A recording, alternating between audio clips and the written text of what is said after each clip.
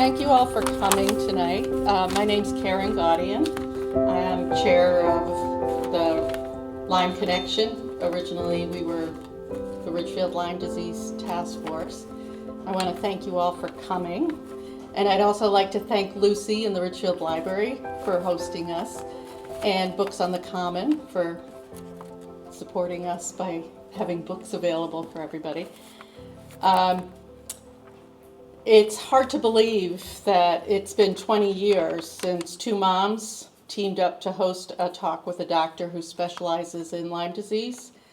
The next day, our first selectman, Rudy Marconi, reached out to Jennifer Reed and myself and asked us, he wanted us to come meet with him and asked us what was going on, because this is the first time he had people coming into his office screaming at him because they couldn't get treatment for a disease and he couldn't understand it. So he asked us to look into it, and that's where we started.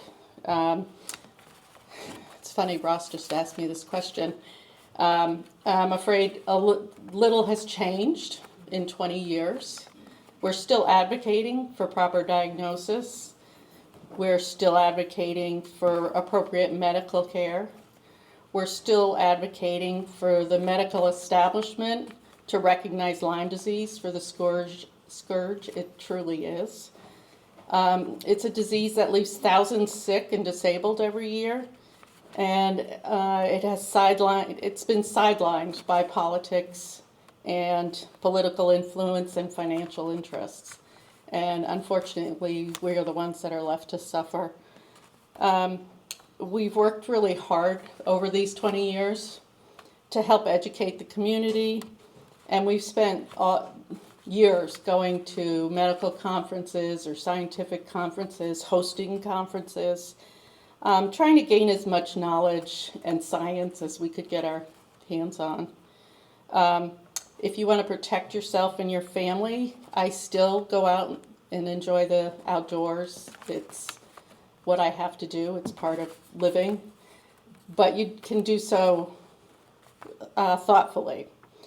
Protect yourself, get informed, understand the true risks of a tick bite, understand the flaws of standard testing. We're still using the same tests 40 years later. Understand the full scope of symptoms and the potential impacts it can have on any organ in your body. And don't underestimate the true nature of this insidious disease.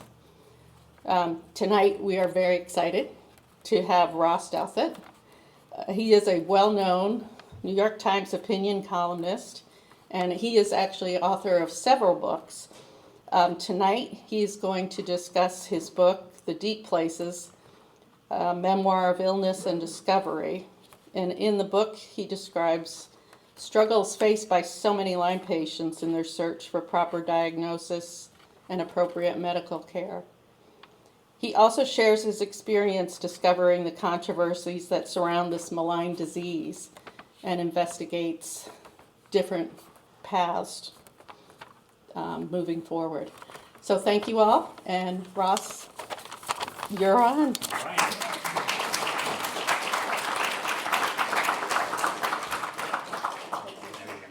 Got to do the handshake.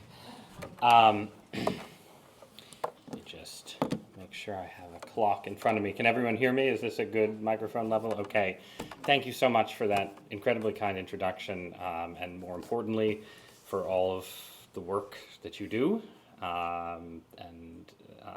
It is really it's sort of a tremendously serious vocation that you guys have, and I think there's lots and lots of lives that are touched and potentially even saved by this kind of work. So on behalf of the many people who need help or have needed help with this condition, I just wanted to say thank you to start out. I'm going to try and talk for about 30 minutes and then just sort of open it up and we can have a conversation.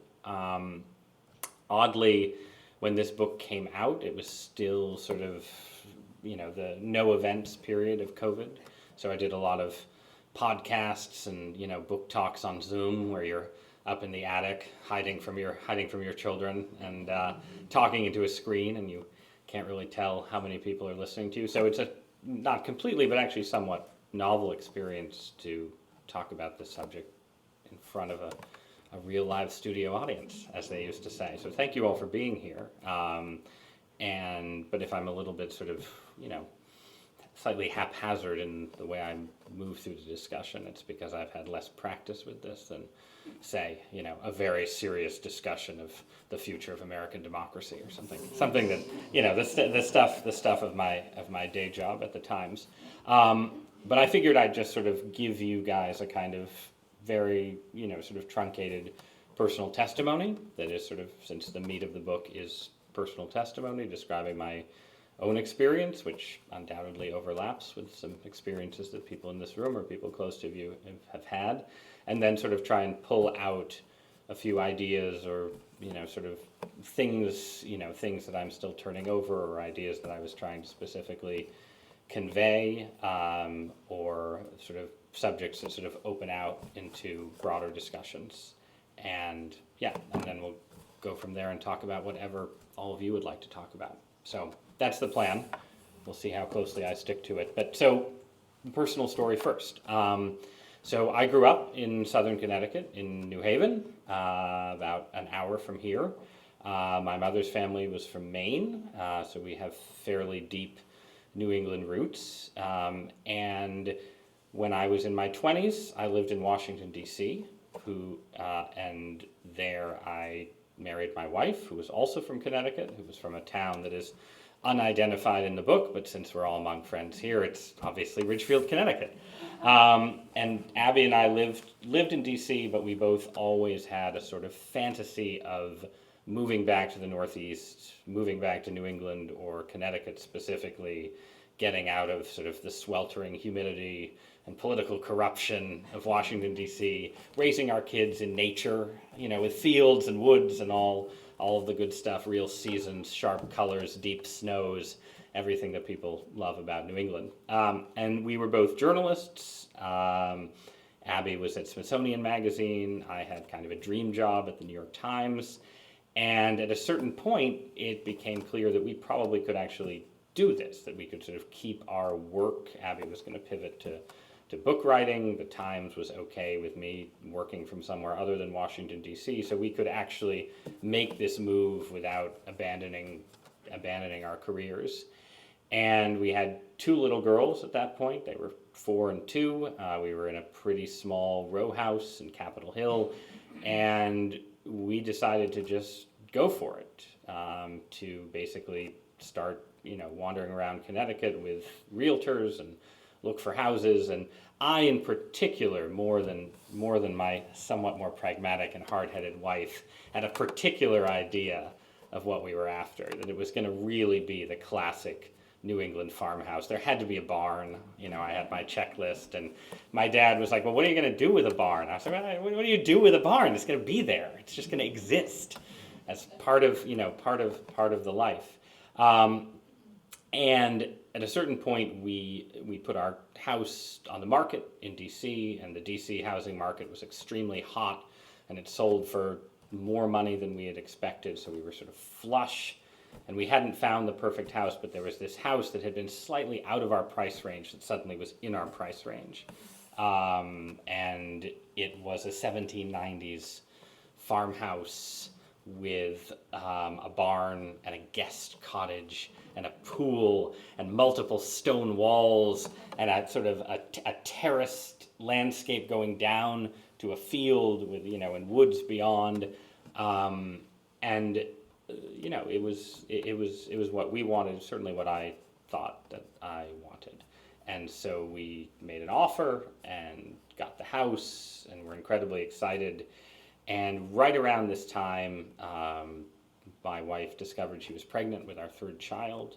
And this was like peak, this was sort of peak life moment. Like, we had this plan, this fantasy. It was, it was coming to fruition. We'd gotten the house. We were having another child. Everything was going our way. And the very morning that my wife told me she was pregnant with what became our son, I discovered I had a little red sort of nodule on the side of my neck that was near a lymph node and was sort of weird, and swollen and unusual. I wasn't sort of an obsessive, body noticer, but it was weird enough that I went to an urgent care facility and had somebody look at it, and they told me it was a boil and it would resolve itself, and they gave me like 3 days of sulfa antibiotic, I think.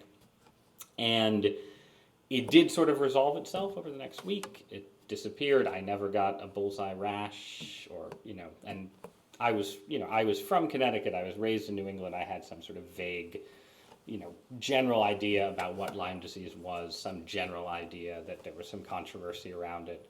But basically, after that, I started getting weird pain all over my head, not like super severe, but sort of headaches, neck pain, neck stiffness, and that went on for a few weeks. And I said, well, we're under a lot of stress, we're moving, it's probably something related to that.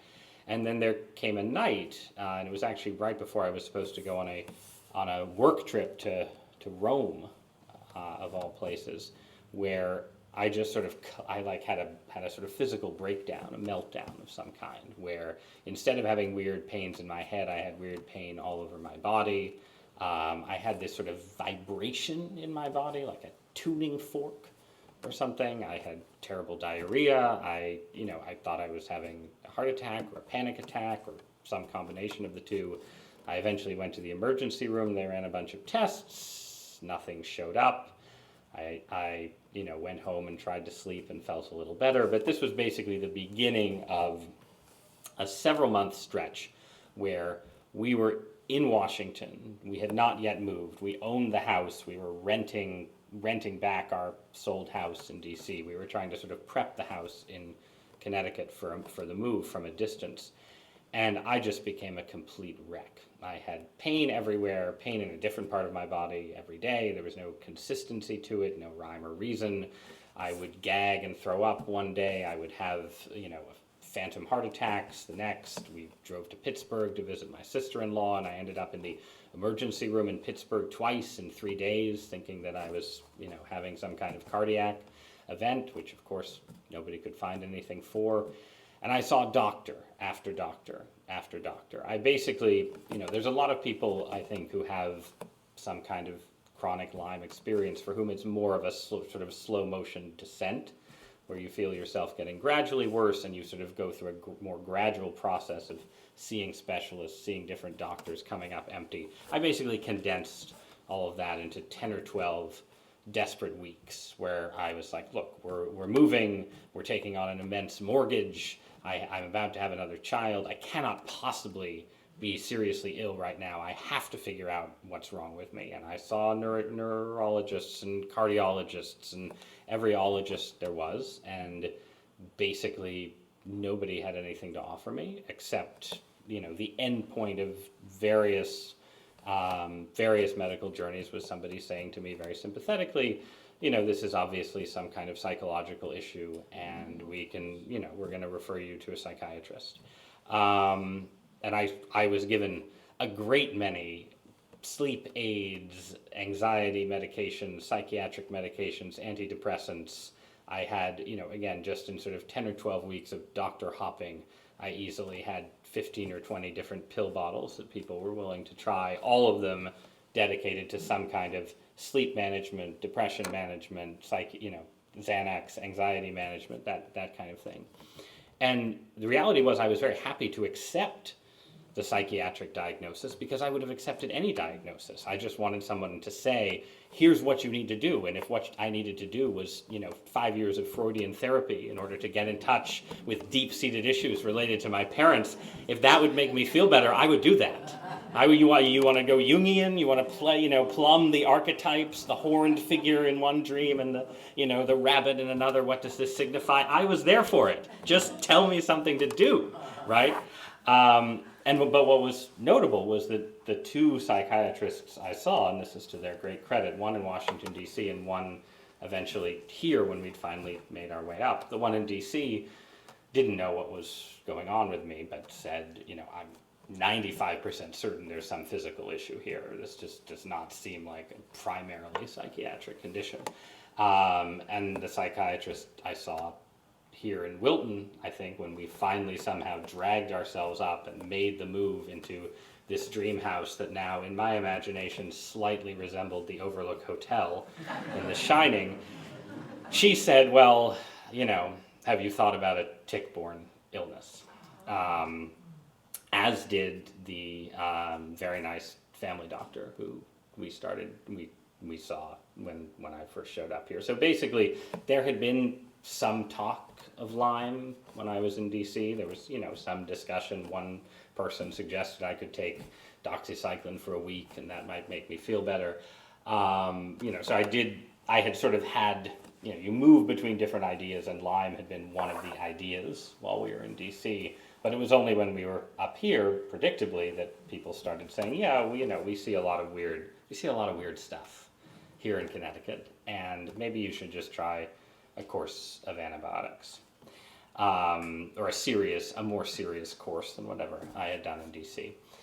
And so I did, and that was sort of the end of the first phase of my experience, the sort of compressed period of total mystery and uncertainty. Because once I started taking a high dose of antibiotics, my condition stabilized. I had been unable to sleep, for instance. At this point, I was sleeping an hour a night. I would fall asleep and literally be sort of pulled awake by some sort of weird feeling in my chest. I had lost 45 or 50 pounds, so I was about 170 pounds then. I'm about, be generous and say 210 pounds now. So I looked like a ghost, and I felt like a ghost, and I was unable to eat, I was unable to sleep, and taking the antibiotics stabilized that. I could sleep 5 hours a night instead of 1. I no longer felt constantly like my body was sort of dissolving in some weird way, like the left hemisphere and right hemisphere of my brain weren't in alignment. All of these totally bizarre symptoms that eventually I learned were quite commonplace for people who have certain kinds of chronic illness experiences. So having that experience of doing the antibiotics and getting this kind of sharp response basically persuaded me that I had some kind of tick-borne bacterial infection. And it took a while. My tests for Lyme would come back. You need 5 bands, right, for a official positive test, and I would get 3 bands, or 2 bands, or 4 bands, right. I finally got a positive test for Bartonella, but my presumption is that I just had Lyme and Bartonella together, right, and that the tests were, as Karen said, fallible. Or at least fallible if you weren't capable of interpreting them in a sort of fairly obvious way. So I basically became, reasonably convinced that I had Lyme disease and that I should proceed to whatever the normal course of treatment was. And as a respectable member of society, a columnist for a major American newspaper, I expected there to be, a fairly normal course of treatment. And instead, I went through, I think, the fairly typical layers of treatment approaches, where first we had the nice family doctor who was very happy to give me antibiotics for 2 weeks and then to re-up them for another 2 weeks. But at that point, that was sort of the limit of his interest in sort of those kind of interventions in my case. Then there was a doctor I saw in New York, an infectious disease specialist, who had what he considered a sort of moderate and balanced view, which was basically, yes, there were some percentage of Lyme disease cases where you needed more than 2 to 4 weeks of treatment. He would happily treat me for 3 or 4 months. And if one antibiotic didn't work, he would switch me to another one, and I would be much, much better. He guaranteed it by Christmas. This was in the fall. And, there were times when I believed it, right? Taking antibiotics every day, you have ups and downs, but basically, I just had sort of consistent waves of constant body pain. That was sort of my primary symptom at that point. And it varied. It would be in my muscles muscles and joints. But it was all over my body, always present, always painful in some way or another. And the sort of, just taking one antibiotic and then trying another antibiotic and then another antibiotic for months wasn't, it was clearly holding something at bay, if I stopped taking the antibiotics, I immediately felt a lot worse, but I wasn't making any progress towards actually getting better.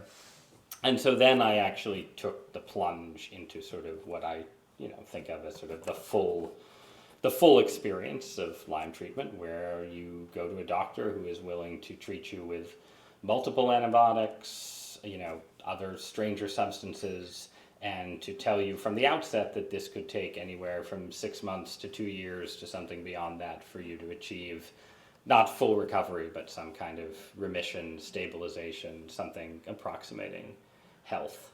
And so that was sort of one turning point in the experience, but really even that shift didn't have a transformative effect. So I sort of followed that course for a little while, and then I became frustrated and found a different doctor who would give me IV treatment, which made me feel absolutely horrible. And of course, as many of you in this room know well, one of the exciting things about tick-borne illnesses, right, is that the treatment makes you feel worse in many, many, many cases. And the famous Herxheimer effect is different for everyone, but it was sort of consistent and real for me. If something was having any kind of effect, it would have a strong, palpable effect sort of in my tissues themselves that was sort of brutal beyond even the sort of normal brutality of the pain. So it was incredibly difficult to tell, especially with the IV treatment, where you were just sort of washing your body with antibiotics on a daily basis. How much was the sickness? How much was the dying bacteria? What was actually going on? And to the extent that there was a real turning point, it came when I had been, sort of doing the IV antibiotics. This was now about a year in. I'd been, we'd had a child. We'd sort of survived in this house that we were now totally ill-equipped to care for. And at a certain point, I discovered essentially a kind of sequential approach to taking antibiotics and, again, we can get into details more in the Q&A, but as many of you know, one of the working theories of Lyme treatment is that the bacteria changes its shape and conceals itself in various ways, and that you can take certain drugs, but also certain herbs and enzymes and supplements that will effectively flush the bacteria out and then enable antibiotics or your own immune system to kill it. And at a certain point, I discovered that I could do that in this, again, strangely kind of literal way, where I would take a bunch of so-called cyst busters, biofilm dissolvers, right? Things with strange exotic names and Chinese letters on the bottle. You'd take those and you'd feel worse in a particular way for some period of time, and you'd let yourself feel worse, and then you'd take a fistful of antibiotics. And I would, and by fistful, I'm being fairly literal, because in my desperation, one of the things I did, I would see the doctors who would give you the most possible antibiotics, right, within sort of in a controlled way, with blood tests to make sure that your systems were functioning right. But they weren't going to give you 25 pills a day to take. But there are other ways to acquire antibiotics besides the American medical system, and I explored those other ways. It's probably best not to recommend them from the microphone because it was reckless and crazy, but if you read my book, you can see some of the crazier things I did. But I took incredibly high doses of antibiotics while also taking these sort of mixtures of things that were supposed to flush the bacteria out. And it seemed to work, and it worked in this way where when I took the antibiotics, when they, sort of went into my bloodstream and spread around my body, I would behave like the wolf man at a full moon. I would have this incredible urge to rub and itch and move and pinwheel my arms, and I would have our minivan at the car dealership up in Danbury for some kind of repair, and I'd walk out behind the dealership, and be, sort of pinwheeling my arms, or pulling at my shirt, right, like howling at the moon. And this was not. This was sort of my own, whatever. One of the many things about chronic illness reveals is the idiosyncrasies of the individual body, right? And so I would tell this to other people I had met or known who'd, at a certain point, you develop a fairly large circle of people who've had similar experiences, and not a lot of people had that kind of. That was basically some kind of Herxheimer reaction, but the nurses at the office where I got my IV, when I would get the IV, I would take the pill, take the weird enzymes before I went in for the IV treatment, and I'd sit in the IV chair like someone getting, a million volts in the electric chair, and the nurses thought that was a little weird. They did not, they were like, most people just sort of sit there and seem unhappy. So that was my own, that was my own sort of, my own body's particularly strange reaction. But that was a turning point, because at that point it became apparent that basically by doing this over and over and over again, by sort of taking combinations of things that I bought on Amazon.com and found recommended on Lyme disease forums and so on, and combining them with extremely high, dangerously high, probably doses of antibiotics, I could make progress. And that was the core of what I then did over many, many years, over and over again, and initially, 6, 7, 8 times a day, going through this sort of weird, highly physicalized experience. And it gradually made me feel better, very gradually, over a long period of time. And at a certain point, you could sort of, there are different milestones, but you could sort of feel, these illnesses knock your immune system way off, right? And there was a certain point where I could basically feel my immune system sort of coming back to life, and sort of doing, so that in these cases I would take the weird herbs that flush out the weird bacteria, and I wouldn't have to take the antibiotic to get some weird physical reaction. It was like my own body was sort of, once the bacteria were flushed out, it would have some kind of reaction, right? And then at a certain point, you could start tapering the antibiotics. And over a period of, 4 years, probably, I gradually tapered the antibiotics to a point that arrived basically 2 summers ago now, where I realized I could not take antibiotics at all for fairly extended periods of time, and not feel 100%, but feel like whatever problems were going on in my body, my own body could effectively take care of them. So that's sort of the long arc. And at this point, this is 8 years, I think, since the beginning of the journey. And I say to people, that I'm sort of 95% of the time, if that makes sense. I almost never feel completely like my old self. There's always some sort of weird place in my body that's twinging or buzzing or feeling slightly out of sorts, but most of the time it's pretty mild. The main problem I have is that if I get ill with something else, and we have now 4 small children, so we do get ill with other things quite often, it tends to bring whatever things my body has gradually grown strong enough to suppress back to the surface.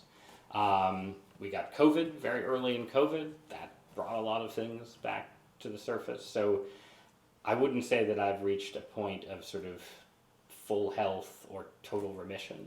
But at the same time, I've come an incredible distance relative to both the first terrible 3 months and the first totally miserable year. So that's the broad story, with a lot of details left out that you can find in the book, or maybe recognize from experiences that you've had or people close to you have had.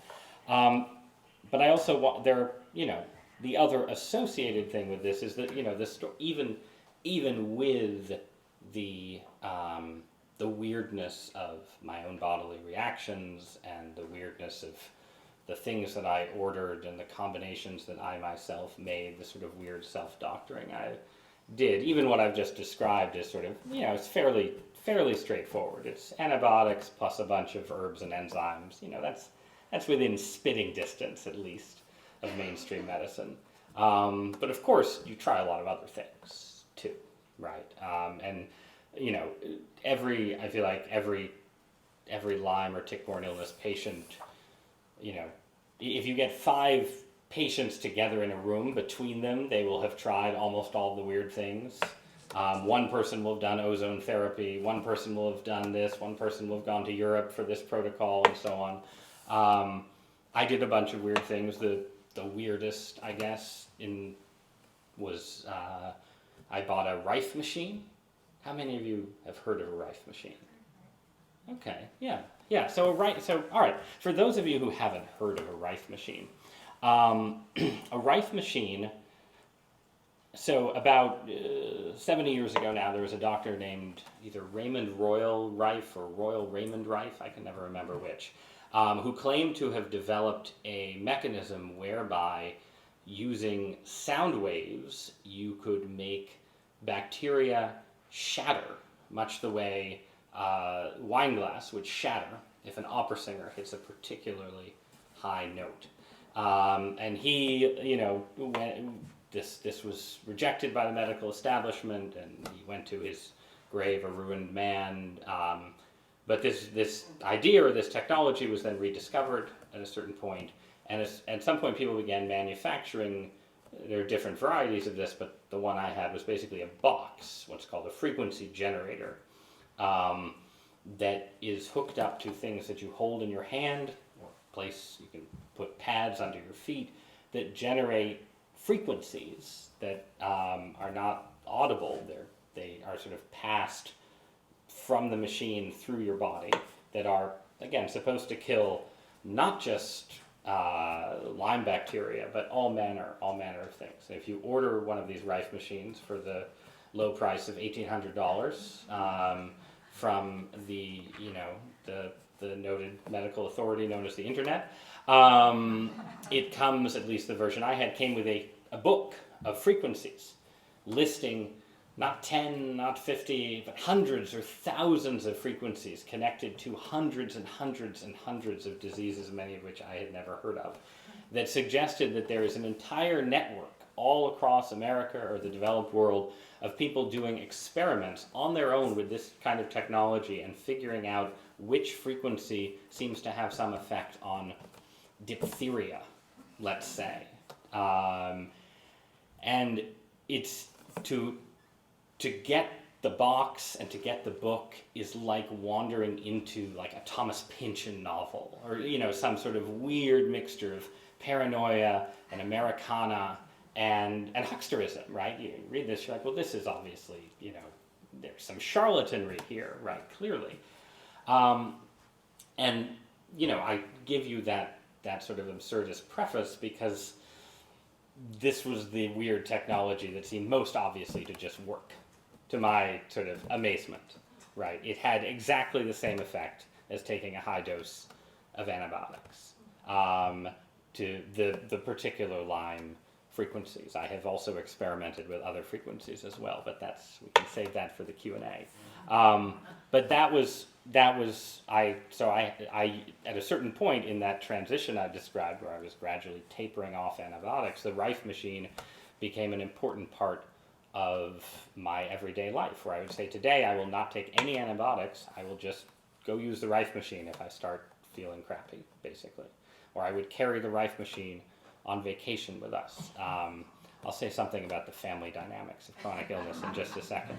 But I wanted to emphasize that example in the talk because, there's sort of two things that happen when you go through an experience like this in terms of your attitude towards sort of official knowledge about existence and reality and medical science and all the rest, right? There's sort of one pivot you can make where you basically substitute one set of expertise for another. You say, okay, there's sort of formal official expertise, and it can't help me. It doesn't understand my disease. It denies my disease exists.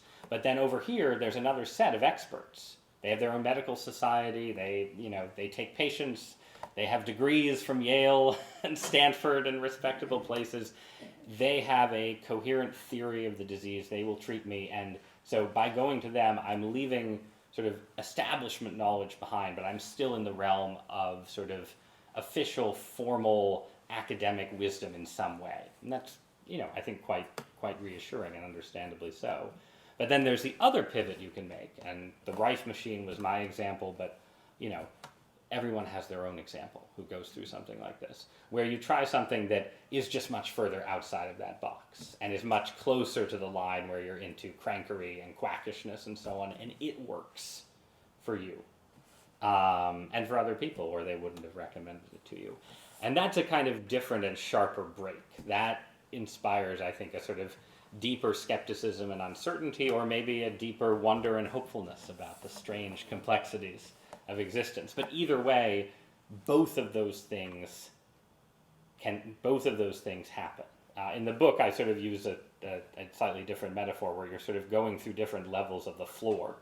That there's sort of, you're in the ground floor, the nice living room, that's normal health, where what the American Medical Association and the CDC recommend always works, and you're very happy there. Then you fall through the floor and you're in a basement, but it's a finished basement. This is the sort of, this is the respectable outsider doctors, and there's a nice couch and a game room and a TV or whatever, and it's not great. You're not happy you fell through the floor, but you're still in recognizable normalcy. But then the Rife machine, or whatever else, what other experiences you have, that's a little different. That's like you're in a sub-basement in the dark. You don't really know what else is down there with you. That's where that's sort of the stranger place.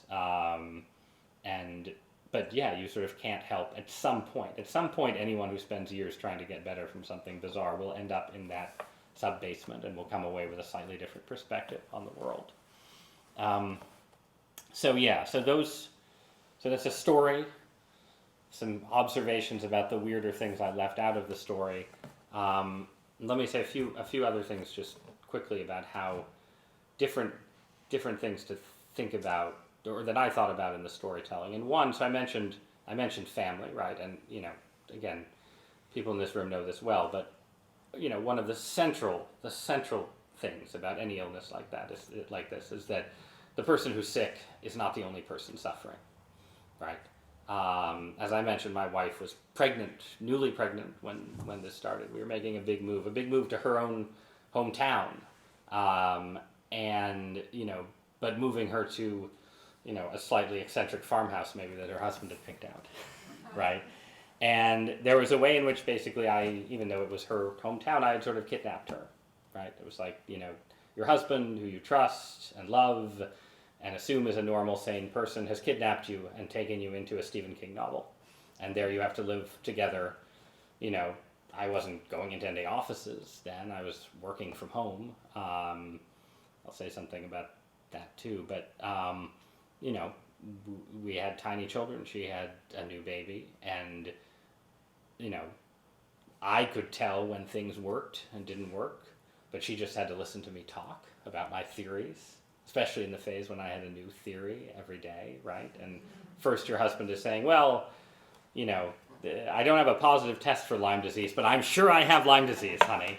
And then he's saying, well, those doctors we were seeing, those nice doctors who you knew as a child, well, they're fine, but I've got to go to the weirder doctors, honey, and they're really going to help me. And then your husband brings home a science fiction box and puts it in your bedroom and runs it and stands there. And have I mentioned the jerking and the shaking, right? Nothing, we've been married 15 years. Many people have been married a lot longer, but nothing in those 15 years have ever put a strain on our marriage and our family life like this did. And, and every experience is different. The experience of the parent with a child who has Lyme disease is, to me, as bad as this was, unimaginable. Like, to go through this through your child is sort of completely beyond my comprehension, even though I obviously comprehend that it happens all the time. people go through it together where they're both sick, or they're sick with, they're sick and their kids are sick. You're sick and you're trying to help your sick children or your sick husband or your sick spouse. It's, but if you're healthy, the dynamic of trying to understand what's going on, to help the sick person, to avoid going crazy yourself, to trust the sick person up to a point, but not trust them completely, because sick people are not always completely reliable sources about their own illness. It's just an incredible and devastating challenge that is, in its own way as serious as the challenge of the experience of sickness itself. So that's one part of the story that I tried to sort of stress and illuminate from my own perspective in the book. Other things I tried to do, I think it's, the question of conveying what a chronic illness is like as a writer is really interesting to me, because I had some experience with chronic illness. My mother has some strange ailments that sort of factored into my childhood experience. I've known people with chronic fatigue syndrome and different things at various points in my life. And what you realize once you get sick yourself is even if you're totally sympathetic to these people in your life who are suffering in some way, you just almost certainly have the wrong idea about what the experience is like. And part of that is the language we use, right?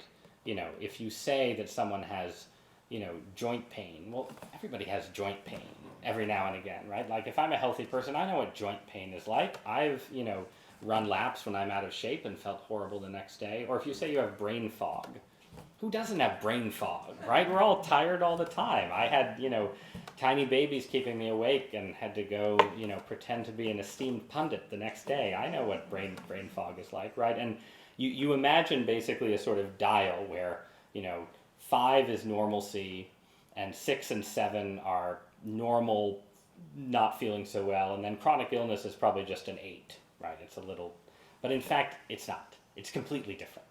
It's not even on the dial. It's a completely different order of experience entirely. And there are studies that try and convey this. I cited one of them in the book where they're sort of doing like quality of life assessments for people with different illnesses, and people with chronic Lyme disease, I think, rated their everyday quality of life as the equivalent score was achieved by people who had recently had open heart surgery, right? It's like that level of sort of physicalized unhappiness and suffering. But even that isn't, I don't think, quite gets at it, because you're still comparing fundamentally different things. The thing with chronic illness, it's not that any particular symptom is unbearable. The particular pain here or the particular fog up there or something is on its own manageable.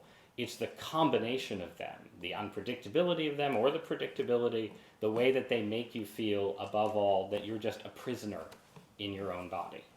That to me was sort of the core of the experience, the feeling that your body is not your home anymore. It's sort of, and it encourages a real sort of mind-body dualism, in my case at least, where you could really feel, I could always feel like this sort of real self in there somewhere, sort of banging around on the bars of the cage of pain, basically, that it was inside. But that, and again, other people experience it differently, and there's no sort of perfect way to translate it from case to case. But that was a big part of what I tried to do in the book, to sort of give a portrait of this that would at least help people who are sympathetic and trying to understand a sense that this is not an escalation of normal chronic aches and pains. It is a different order of experience.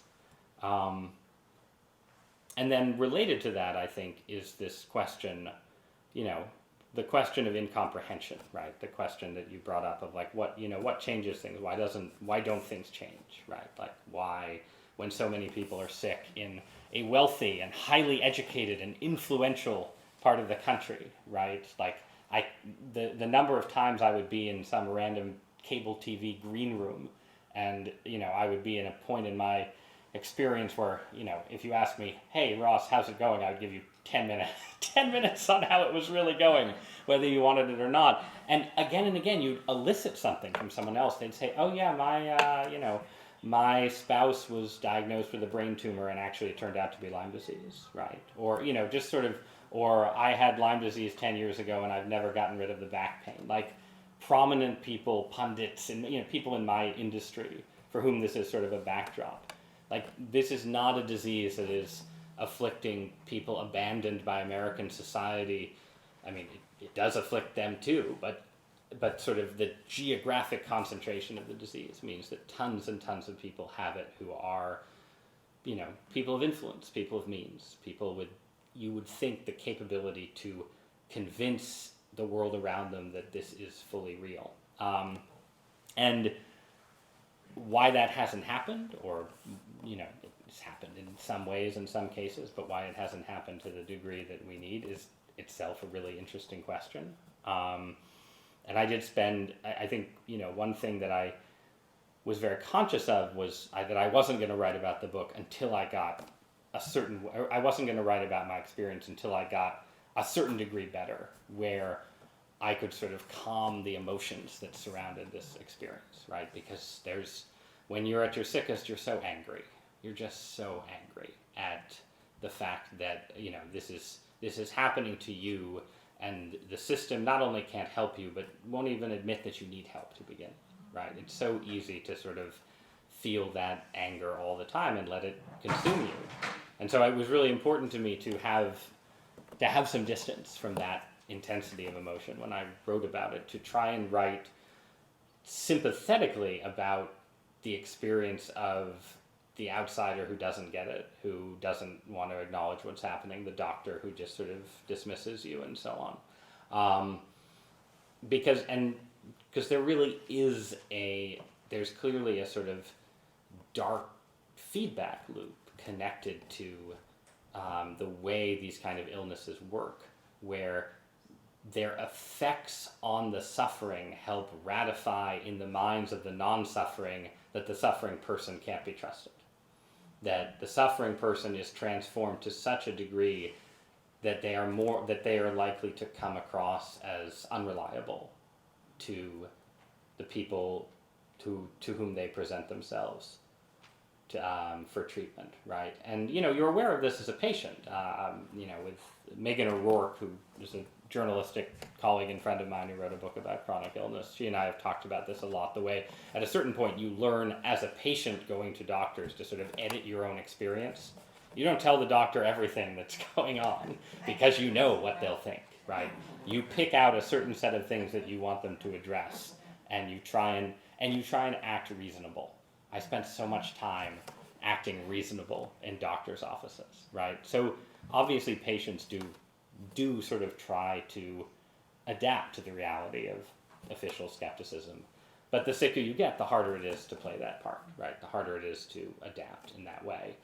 And that's part of the problem, but then the other problem is just this reality that what we have as treatments for Lyme disease is just incredibly weird and complex and individually tailored. And I mean, when I think about my own journey, leave aside the Rife machine, right? Leave aside the weirder, the fringe stuff, the weirder stuff. Just focus on, my crazy self-dosing with antibiotics and my 17 bottles of Chinese herbs from Amazon.com. You take that to the way official medicine works in this country, and you say, look, why can't you just do a randomized controlled trial where, you take 200 people and you treat them each for 3.5 years and you give them each 117 different things? Could you do that? And then they're not going to say yes, right? That's not how the system is set up to work. The way it works, the way people get better from Lyme disease is just a fundamentally different model of medicine, where you have doctors who are, doing what in the ideal doctors should be doing, which is doing an incredibly individually tailored course of treatment where you're spending incredible amounts of time with patients and listening to them and trying things and trying different things. And you have your endless charts and your notebooks and so on filled up with these individual case studies.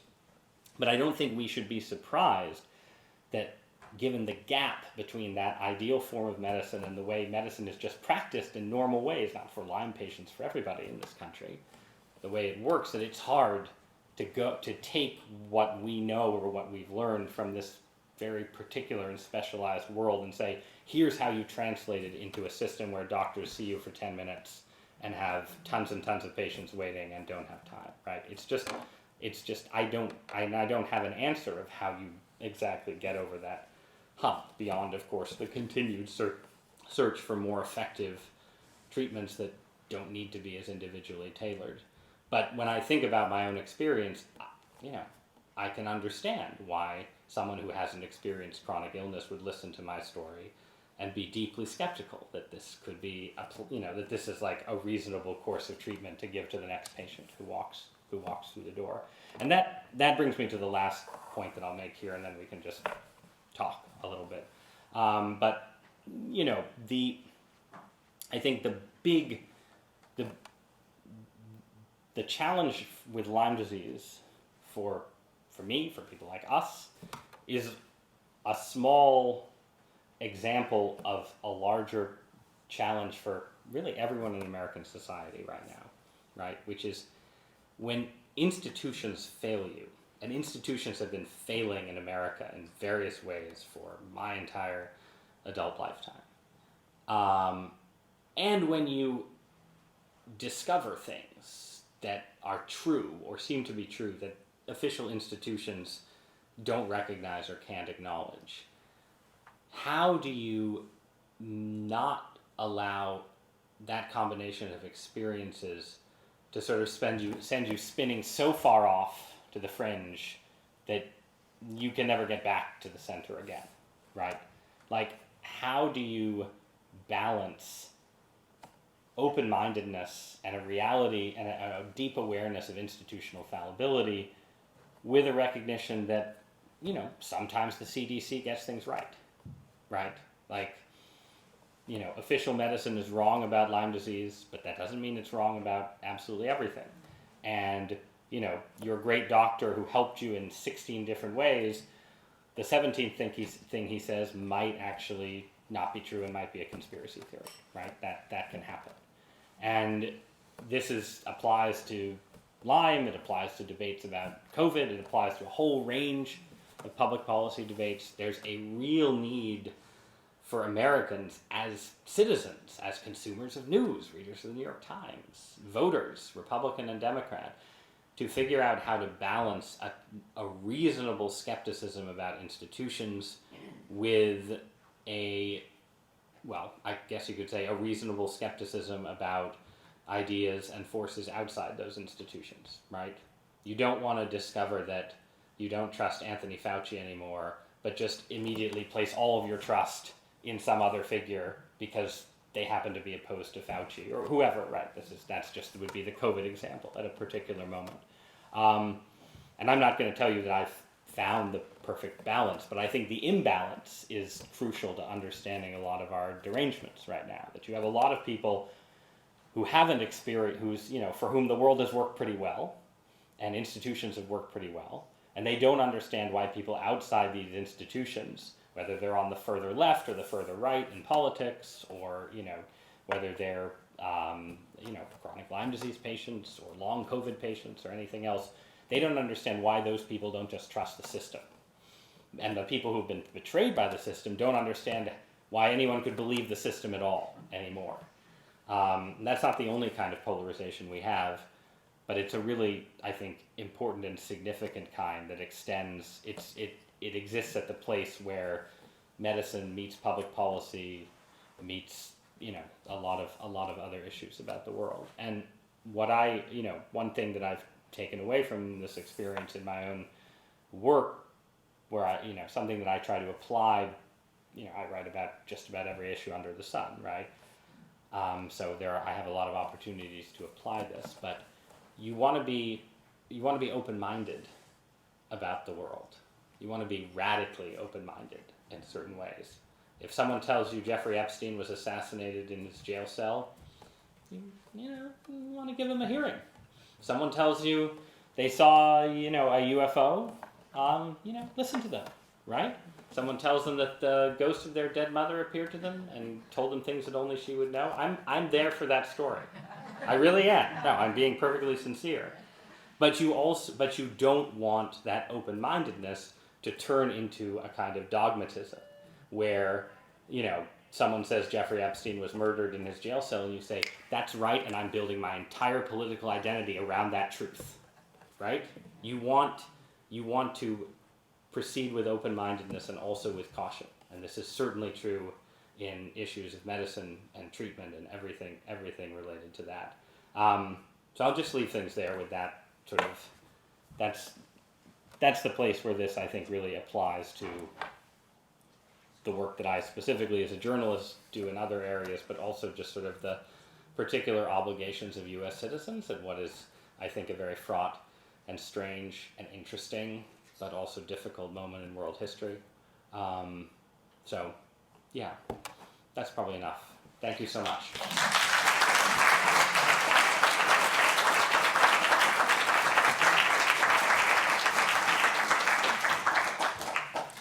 And maybe I'll sit in the chair. Is this on? Yes? Okay. And yes? I'm surprised that you didn't mention the expensiveness or the expense of Lyme disease. I mean, it's serious. It's serious. I have a pill suitcase, which I get derided for. At one point, all my pills were in a bag, and I was called a bag lady, and I started to cry. So I got this pill suitcase. But I am now at the point, because I owe money to the IRS, that I went to my doctor and said, you have to pick and choose. I can't take all of these medicines. They're $1,000 a month. Yeah. No, and that, I mean, first, I'm so sorry. Second, that connects to another thing that I didn't stress in particular, right? But, one of the interesting things that I feel in telling this story is when I'm telling the story to people who've never had an experience with Lyme disease, they're like, well, this is the most horrible thing I've ever heard in my life. But when I tell the story around, and when I'm talking to people who have gone through the same thing, it gives me an awareness of my own incredible good fortune, right? Like, I would go, at one point I was going for vitamin C treatment, one of the many things you try, IV vitamin C, right? And I was sitting there getting the drip, and there's another woman there, and I was like, oh yeah, I drove here and so on, and she said, you drove here? I haven't been able to drive in 5 years, right? And, and money is a similar thing. Like, I have a very good job that, because my neurological symptoms weren't that bad, I was able to keep. And because I had that job, while the expense was terrible, we were able to sort of sustain the expense. And it's just, everything you say is true. It's an incredible expense. And I think, on the one hand, obviously, this is the place where, there is no solution beyond a true breakthrough in how doctors treat and insurance companies cover. At the same time, I think there's also, this is where the sort of, one thing that saved us money was precisely that I did so many weird sort of, I tried every herbal alternative, right, to antibiotics, right? I mean, I'll say this to people both when they're starting out and they're deep into it, right? Like, there are a lot of different things that can work, and both patients and doctors who need to be aware of the expense need to be attuned to, but like you said, picking and Did you try mushrooms? I didn't try mushrooms. We can get into an ayahuasca conversation if you want to get really weird, but I didn't try that, and my theories about that aren't really related to Lyme disease. So we'll save that for the more supernaturalist discussion. But yeah, I think doctors who treat have an obligation to think through, what are you asking patients to pay, and also what alternatives are there that are cheaper that people can try. I mean, even something like when I bought the Rife machine, thank you so much. When I bought the Rife machine, so I will tell people, when I talk to people and give them advice, sometimes they'll say, well, I read about the Rife machine, I don't really want to spend $2,000. And I'll say, well, as even crazier as it sounds, you can go on YouTube and for free listen to Rife frequencies for Lyme disease and Bartonella and see how it makes you feel. And if it makes you feel different or interesting or changed, then maybe consider making the investment, but do that first, right? Because it's free. And I mean, yeah, every case is different, but it's absolutely the case that figuring out, not, besides the general push for insurance companies to actually cover treatment, there also has to be an awareness of like what protocols cost and how to balance those costs against the specific medical decisions that providers are making. Okay, thank you. Have you heard about a piece of equipment called a BEMA regarding I don't think I've heard of it specifically, but I may have.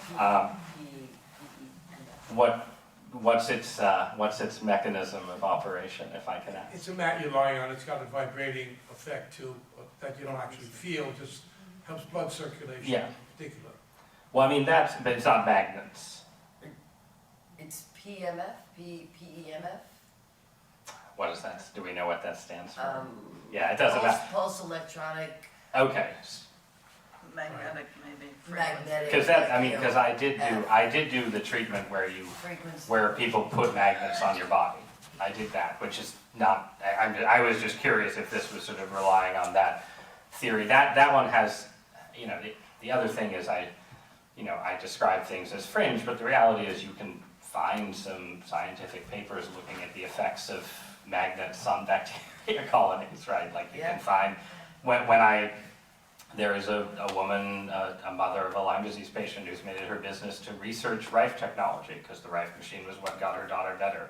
And since my book came out, she sent me a bunch of papers trying to like actually study this. So even at the fringe, there is real research being done. But I didn't try and don't know about that particular one. On the blood circulation front, I will say that,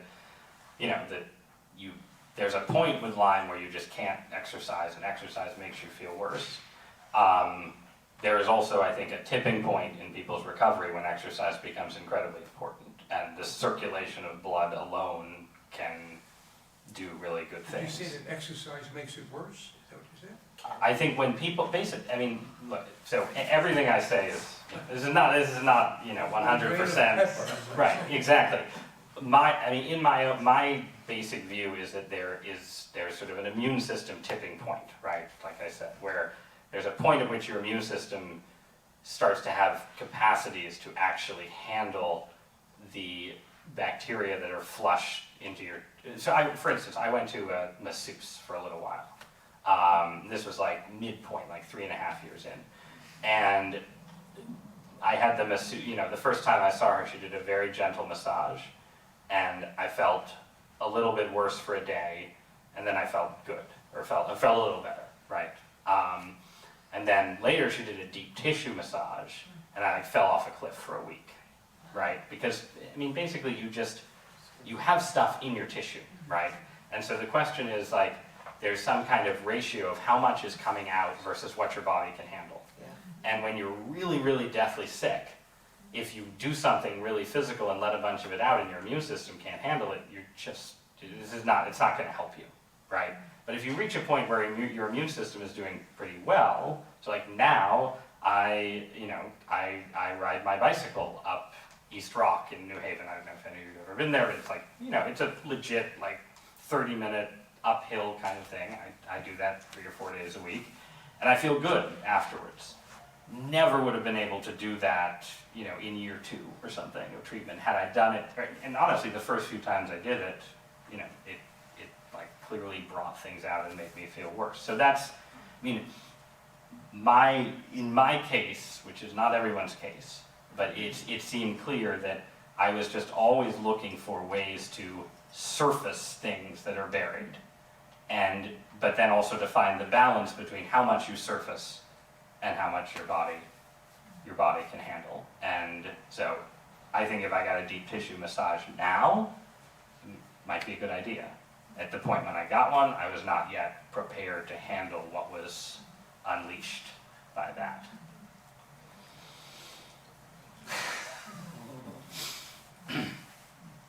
Yes. So, knowing what you've been through, if you could throw yourself back 8 years, would you have a clear path of treatment? First of all, I mean, if I had known, like, I never would have. I mean, there are certain ways in which you don't want to know, right? Like, you don't want to know how hard it is. There is a part of your psychology where it's better to just think, if I just find the right thing, I'll get better in a month. Now, at a certain point, that's not enough. But like, there are ways in which I think about this with the book. I'm like, if I'd handed this to myself 8 years ago, would there have been this sort of just total despair? Like, what? You're just still going to be. You're still going to have problems 8 years later? How can you imagine this, right? Like, and part of going through something like this is realizing that you can handle more than you imagine that you can handle, right? But you can't know that until you've done it. So that's one thing. But yeah, I mean, I think I do wonder. First of all, part of me just wonders if I had just gotten, a strong combination of antibiotics in that first summer before, there are people who are sick for years and years and years and get better very quickly, right? Every person's body is different, but clearly something about my, immune system setup was such that things were able to get very entrenched very quickly. But certainly, like, taking the 3 antibiotic, 5 herb combo when I was a month into the illness, I imagine that would have made a big difference. And some of it is just sort of issues of discovery, right? So I mentioned that Bartonella, right? So many of you know Lyme disease. They're what are called co-infections, right? Ticks carry lots of different things. Lots of people who don't get better from Lyme disease treatment need to be treated for one of the co-infections. In my case, that was Bartonella. Bartonella responds to an antibiotic called rifampin. It took a year and a half before I started taking rifampin. And it was only when I would stop taking rifampin and certain symptoms would come back that I was able to recognize, okay, the pain in my hips must be Bartonella, because if I stop the rifampin, that pain comes back big time. And I need, so start the rifampin 8 months earlier, right? But I think with all of these things, it's sort of, you escalated, I just escalated slowly. And I think, the main thing is, looking back, it would have been better to escalate quickly. Like, the 3 months I spent seeing the doctor who gave me 1 antibiotic, those were wasted months. Probably the IV months were mostly wasted. I'm not sure. But who knows? Maybe if I'd stuck with the IV for another 6 months while doing all the other crazy things, I would have gotten better that much faster. But then you're into sort of the risks of IV. We had a little kid, I didn't want a stent in my arm, so I would drive to the IV place 45 minutes every day and sit there for an hour. Could I have done that for years? I don't know. And even now, right? So like, I don't spend a lot of time seeking treatment now.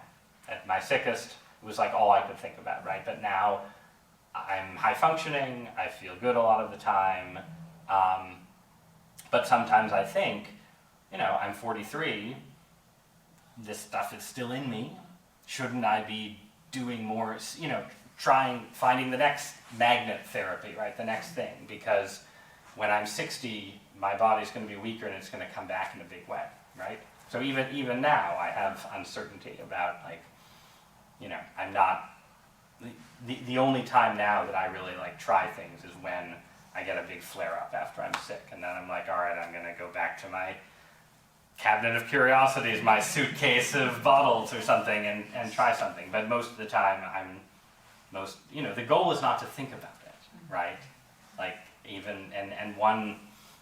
As a writer, in part, you write a book so that you can put things on the page so they aren't in your head anymore, right? And it's good not to think about it. That's part of the goal, is not to. It's such an oppressive thing in your mind when you're so sick. It's the only thing you can think about. But maybe I'm not thinking about it enough still. So, yeah. All I got to say is, wow. I mean, look, I've got to be very honest with you. I came tonight because I love your opinion pieces in the New York Times. But I am telling you, you have given me an appreciation for a chronic disease that, for lack of a better word, I don't think I really appreciate it. What is so confounding to me is, first of all, you have a mouthpiece, a very strong mouthpiece. And here you are telling us a story that you have suffered for 8 years, that you have taken hundreds of different drugs and all kinds Maybe of dozens of combinations. drugs. The drugs, hundreds of different Yeah, no. substances. But look, you have been through a regime that is unbelievable to me. And what scares me about your story is that in all this time and all the accesses you've had, that you can't say to this group or to us, hey, if you get Lyme's disease, this is where you ought to go. You know, you ought to go to Johns Hopkins in Baltimore. You ought to go to Yale in New Haven. Don't Or go to you ought Yale. to see this guy. Johns Hopkins maybe, Yale no. You know, but, you know, this is a very frustrating thing to hear, because you're looking at a country that was able to do a vaccine in 9 months, and it was like, wow, and catch a disease and help a whole bunch of people. And you're sitting here telling us this story. I mean, I'm serious. It is No, I mean look, when it was, God. it was unfathomable to me, right, when it started, that this could be the case. And I will say, if you came in and said, I have Lyme disease, I would write you a very long email, and I would tell you a bunch of things to do that I would have a lot of confidence in, and I would have a bunch of doctors who I would send you to. So it's not the case that I would have, no answers for you. And I do want to stress that, in the world, it's both true that in the world of people who suffer from chronic Lyme disease, there are lots of people who are much worse off than me and go through more than I do. But it's also true that most people who get Lyme disease are not sick for 8 years, right? Like, if you get Lyme disease tomorrow, I will write you an email, and the first thing I'll say is, you will probably be fine, right? Because, most people are fine. And that is, that's part of it, right? It's that we have really good treatments for a lot of people's Lyme disease. It's not like an uncurable, and this includes doctors. The doctor who I saw initially, who gave me 4 weeks but wouldn't give me any more, he'd had Lyme disease 4 times. And every time he took 2 weeks of doxycycline and was fine. So why would he believe? He had direct experience in his mind, right? He lived in Connecticut. He knew lots of other people who had Lyme disease many times and always gotten better very quickly, right? So, that's part of it, right? There's sort of, whatever it is, an 80-20 issue, 70-30, 90-10, everyone argues about what the distribution is, right? But enough people get better to give the medical system confidence in what they're doing. That's part of it. Part of it is that for those who don't get better, as I said, there isn't some simple, here's the thing, it'll pass the double-blind controlled trial tomorrow, you're good to go. It's also that, COVID, right? COVID killed a lot of people. Lyme disease kills people, but in a, it's a slow motion, you're suicidal, it's not, it doesn't kill people the way COVID did, right? So there isn't some huge number of people dying of Lyme disease every year or day to focus scientific attention. Instead, there's lots of people slipping away. People who are like, oh, your friend so-and-so, yeah, he had Lyme disease, oh yeah, he had to take 2 years off from college. And then eventually, and also lots of people who are having chronically get better, and it just becomes sort of like, oh yeah, some people are sick for a few years and it's weird, but they eventually get better. And this is this is the thing that, the thing that a lot of doctors who don't believe in these kind of treatments will say is, your body is, this is part of what's interesting to me, right? A lot of the time, medical science is really against mystery. It's It's like, we don't do mystery, we do facts and logic and treatment. When it comes to chronic illness, doctors are suddenly like, oh, it's the most mysterious thing in the world. And someday you will be better. Like, doctors would say to me, someday you will be better. And we don't know why, but you will get better eventually. And what would happen? Like, if I would go to that same doctor now, if they were here tonight, here they are, hey doctor, they would listen to this and they'd be like, well, I was right. He's a lot better many years later. And maybe the things he did helped, but they were probably just the placebo that he needed, right? And that mentality is part of it too. And it also just sounds, it just sounds so crazy. It's like there's a bug in the woods. It's gonna make you sick. For this person, it might seem like they have, Alzheimer's. For that person, it might seem like they have schizophrenia. For that person, they have arthritis in their knees. It's all the same bug, totally different manifestations. We haven't even talked about the biowarfare stuff. There's an island in Long Island Sound where they did some experiments on ticks. And it's pretty close to the epicenter of Lyme disease. It's a little weird. There's just and this is, this is, in a way, it's sort of the weak, I was never sure writing the book, right? I did three excerpts of the book in the Times. They let me do 3 long columns taken out of the book. So everything you've heard, I even did the Rife machine. I did, not the weirdest stuff, but 80% there. And, it got a really strong reaction from people who had experience with chronic illness. And it got a moderately strong reaction from some of my friends who hadn't known just how bad things were. But really, I think a lot of readers were like, I like Ross. Or I hate Ross. There's a lot of variation, right? Or I respect Ross, but I never agree with him. Whatever they would say. And they'd be like, clearly he went through a lot. It was tough. Sounds a little crazy. But I like his analysis of American politics. I'm going to just give him a pass. Right? There's a writer named Freddie DeBoer, a sort of socialist gadfly writer, who's from Connecticut himself. And he wrote a review that was, in a way, my favorite review. And because it said 2 things. The first was, this is a really well-written book. And that's really all any author. The rest of the review could be like, this guy's Hitler, and you'd still be like, but you liked my prose, right? So that was half of it. But the second part of the review was him saying, I don't believe it. I don't believe in chronic Lyme. This is a social contagion. This is people taking their, sort of ordinary, medical problems they don't understand and blaming it on this one thing that happens to be a cultural signifier. Freddie, he suffers from mental illness, and he has a very strong, I think, resistance to people who are like, I don't have mental illness, right? Because he does.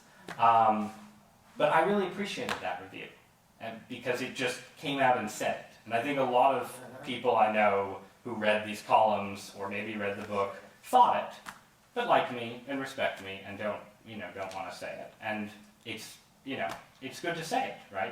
It's good to have the argument in certain ways. There's a certain kind of condescension, friendly condescension that you don't actually want if you're going to make progress in figuring out what's actually going on. So. Did you have any food cravings during the whole period? Yes, I did. 2 things. One, after one of these sort of Herxheimer full body experiences, I often wanted sugar, chocolate, things like that. One theory is, the bacteria like sugar, and so it's trying to recover from being killed. That's a theory, right? But it's why, people do low sugar diets and sort of trying to, one way of trying to kill off bacteria. So that was sort of a consistent thing. I would sort of come down from one of these bizarre experiences and eat 2 Kit Kat bars. The other thing, and this was briefer, so there's a salt therapy for Lyme disease, salt and vitamin C. You can buy the binder describing it for $5.99 on Amazon. You know, I tried a variation on that at some point, like big pill tablets of salt. It didn't really do anything. But then there was a point, sometime later, when I was doing this sort of flushing of stuff into my system, when there was a couple months where I wanted salt so much. I would like, by this point we'd moved to New Haven, and I would go get Vietnamese soup for lunch every day because the pho had so much salt in it, and I would just sit there like drinking these bowls of salty soup, and I'd eat tons of Doritos and all these things. And that lasted like 2 months, and then it stopped. But it was like, yeah, those are the two. I didn't have a lot of luck with, I tried some dietary things. A lot of people do really well on certain dietary protocols. I didn't have a lot of success with it. I think I was sort of too sick when I tried it. But I also ended up, like, once I got my appetite back, after the first 6 months or so, food became, you know, kind of a source of comfort. It's like your body's a mess, but at least you can sort of enjoy your mother-in-law's bolognese sauce, hypothetically, or something, right? So yeah, I never ate the healthiest diet at all while doing these strange things. I hopefully eat a slightly healthier one now. So, any more questions? I think we'll wrap this up. Ross, thank you. That was